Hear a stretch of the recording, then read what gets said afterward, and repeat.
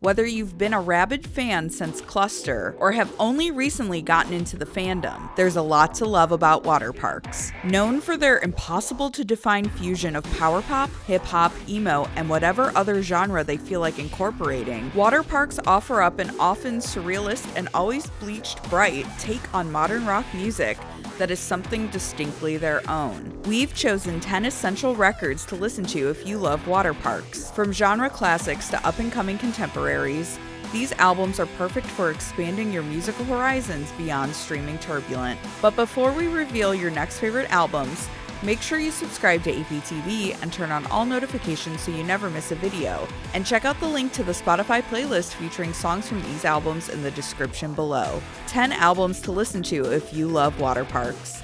Number 10. Tyler the Creator, Flower Boy. Awsten Knight's lyricism is often a mile-a-minute, hyper-articulate spewing of brutal honesty, feeling both meticulously calculated and effortlessly impromptu.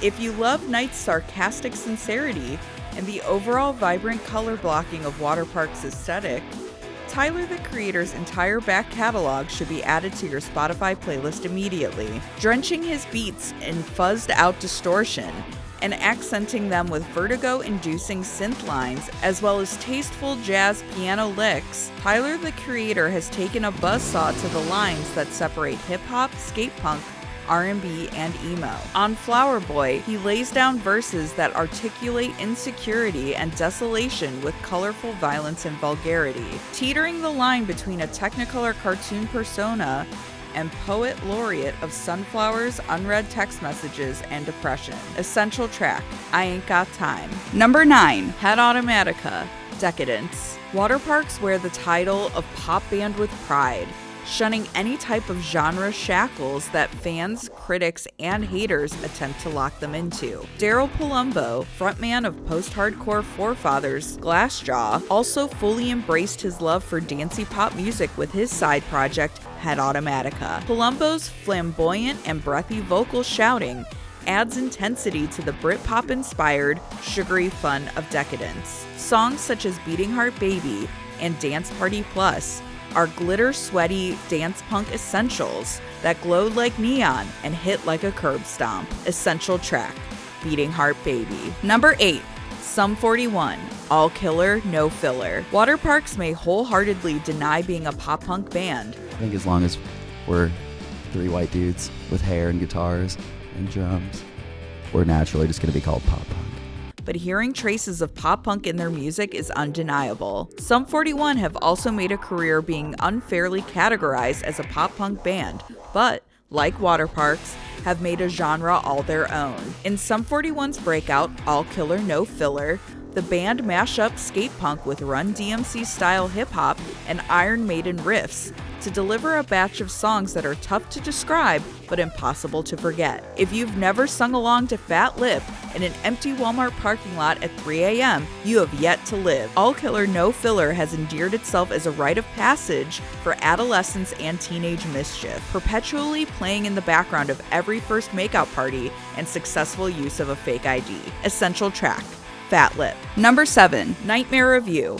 Nightmare Review. Nightmare Review are unsung heroes of twinkly, somber dance emo. If you enjoy the more subdued and slow-paced Waterparks tracks, such as Lucky People, Nightmare Review's self-titled debut is another collection of songs to help test the fragility of your little emo heart. Coupling sweetness with sadness, Nightmare Review's melodic rock capture the romantic effervescence of The Cure and Death Cab for Cutie, married with the youthful edge of early 2000s mall emo. Essential track, My Name is Trouble. Number 6. Motion City Soundtrack, I Am the Movie. If you can relate to Awsten Knight's unapologetically transparent confessionals about everything from messy breakups and messier mental states, Motion City Soundtrack are your next favorite band. Frontman Justin Pierre perfected the art of emo pop neurosis and memorable lead singer hair long before Knight bought his first tube of hair dye. On I Am the Movie, MCS laced quirky early 2000s emo with lyrics about worrywarts and film buffs with robust moog parts that help them distinguish themselves from their contemporaries in Fall Out Boy and Saves the Day. Essential track, The Future Freaks Me Out. Number 5. Cartel, Chroma. From examining the sometimes toxic byproducts of fandoms to documenting the hyper-personal details of the beginning, ending, and lingering effects of a relationship, Waterparks never shy away from divulging their perspectives of both personal and universal truths in their lyrics. But however heady the lyrics may be, they never weigh down the music, and God's favorite boy band simply know how to write fun songs. Long before the days of Stupid For You and Blonde, Cartel were balancing their open wound sensitivity with their urge to dance on their debut full-length, Chroma. Breezy, bouncy, and holding together a broken heart with wads of Bubblicious, songs such as Honestly and Say Anything Else beam with a summery sparkle and sting like a stream of fresh tears. Essential track, Honestly. Number 4, Good Charlotte, The Chronicles of Life and Death. Waterparks are well-known devotees, protégés, and close friends with Good Charlotte, and their influence on the Parks Boys is most prominent on the genre-challenging and narratively acute The Chronicles of Life and Death. Following up the massive success of The Young and the Hopeless, Good Charlotte opted out of rehashing the style that broke them through into the mainstream, instead adapting a popular rock sound that keeps lyrics that follow a search for identity and sense of self dance-worthy, full of choruses that are more anthemic than the anthem. This album proves that you can question the meaning of life and still enjoy living. Essential track, I Just Wanna Live. Number 3, Plus 44, When Your Heart Stops Beating. Although they may not have a basis of their own, and they may be staunchly opposed to being called pop punk, Oh yeah, this is a pop punk thing. Sorry, you're just like this and this and this. Waterparks owe a lot to renowned pop punk wordsmith and bassist extraordinaire Mark Hoppus. Hoppus may have found the formula for the perfect pop rock song while fronting Blink-182, but he challenged the structure while leading Plus 44. Backed by Blink drummer Travis Barker's hyper-caffeinated metronome performance behind the kit, Plus 44's debut is decidedly less riff-reliant than Blink-182. Instead, Hoppus delivers some of his most mature and coarse lyrics that manages to feel bright despite Hoppus crying out a desire to, quote, burn down something beautiful. Essential track, No It Isn't. Number 2, Saves the Day, Stay What You Are. Saves the Day, Stay What You Are exudes summertime and sounds like how falling in love feels, but there is also a good deal of ache and aggression that basks in its brightness. Chris Conley is the king of smashing together big rock riffs with boyish sincerity,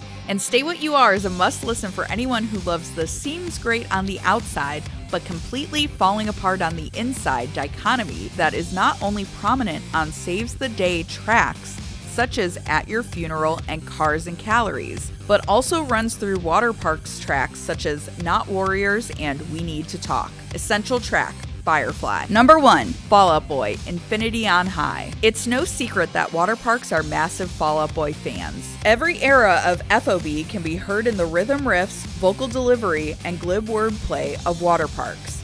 But the self-awareness, decadence, and genre blending on Infinity on High makes it seem like a record that has been played in the Waterparks van more often than most. On Infinity on High, Fall Out Boy took the newfound superstardom they achieved with From Under the Cork Tree and tested every limit of what they could get away with while refining their sound into something that is distinctly theirs. A pop-punk chorus that leads into a gospel choir bridge? Sure. Instrumental arrangements that build into a guitar explosion of a chorus? Why not? On this album, Fall Out Boy proved that they can do anything they want, and anything that sounds weird in theory is what they will fully embrace, own, and make you sing along to.